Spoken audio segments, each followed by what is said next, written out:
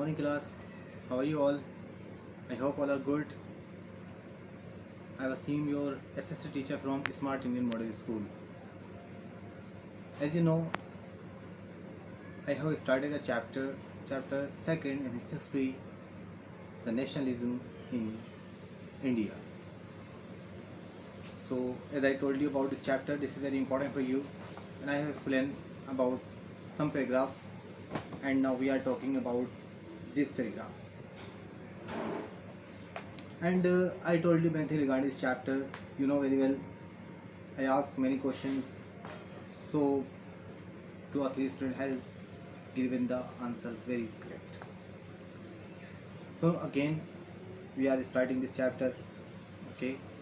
So इसमें मैंने कुछ पॉइंट्स भी आपको एक्सप्लेन किए थे कि 1919 के बाद किस तरीके से नेशनलिज्म इंडिया के अंदर आया था, किस तरीके से न्यू न्यू आइडियाज़ और किस तरीके से इसके अंदर सोशल ग्रुप बने और नया तरीके से सिम्बल्स, ये सारी चीज़ें आना शुरू हो गई थी। और ब्रिटिशर्स के बारे में हमने एक्सप्लेन किया था, उन लोगों ने किस तरीके से रिकमेंड करी थी, किस तरह से टैक्सेस बढ़ाए थे और इंडिया के लोग उनके खिलाफ किस रीज़न की वजह से हुए थे। Okay, and I told you about कि गांधी जी किस तरह डेट में वापस आए थे। 1915 में साउथ अफ्रीका से रिटर्न हुए थे और उसके बाद उन्होंने सत्याग्रह मूवमेंट स्टार्ट किया था। Okay, start next paragraph of this chapter. Epidemic की बीमारी फैल गई थी जिसकी वजह से उनकी क्रॉप फेल हो गई। तो पीसेंट जो थे खेड़ा के, वो लोग रेवेन्यू कहते हैं इनकम को, जो ब्रिटिश डिमांड करती थी वो पैसे नहीं दे सकते थे।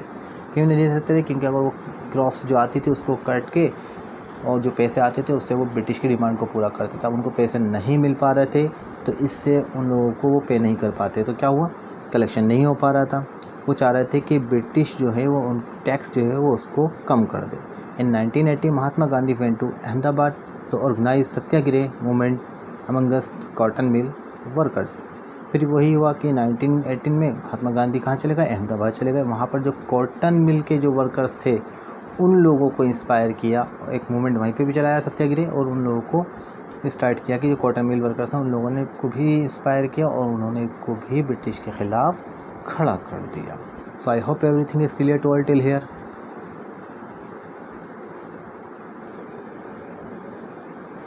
सो अब now we are talking about the Rowlatt Act. ये क्या था इसके बारे में हम देख लेते हैं। So emboldened with this success Gandhi ji 1919 decided to launch nationwide satyagraha against the proposed Rowlatt Act 1919। जैसे मालूम है आपको, गांधी जी जितने भी मूवमेंट उस टाइम पे कर रहे थे 1919 तक गांधी जी ने डिसाइड कर लिया कि सत्याग्रह जो नेशन वाइड पूरी कंट्री के अंदर होना है। जो रोलेट एक्ट था इसके ख़िलाफ़ भी। ओके, सो इसमें क्या था, इस एक्ट का मतलब क्या था, इसके बारे में हम डिस्कस करेंगे। This is very important. ये रोलेट एक्ट को आप इंपॉर्टेंट मान लीजिए, बहुत इंपॉर्टेंट है, ठीक है ना। तो this act had been hurriedly passed through the Imperial Legislative Council despite the united opposition of the Indian members. It gave the government enormous power to repress political activities and allow detention of political prisoners without trial for 2 years. So ये जो roulette act बनाया गया था बहुत जल्दी में बनाया गया था। ये किसने? ब्रिटिश इंपीरियल लेजिस्लेटिव काउंसिल, मतलब वही था कि ब्रिटिशर्स से इन लोगों ने बहुत जल्दी में ये जो एक्ट था बनाया था। क्यों? क्योंकि इंडिया के लोग जो थे, इंडियन मेंबर जो थे, वो अपोजिशन में थे और एक ग्रुप उन लोगों का बनने लगा था।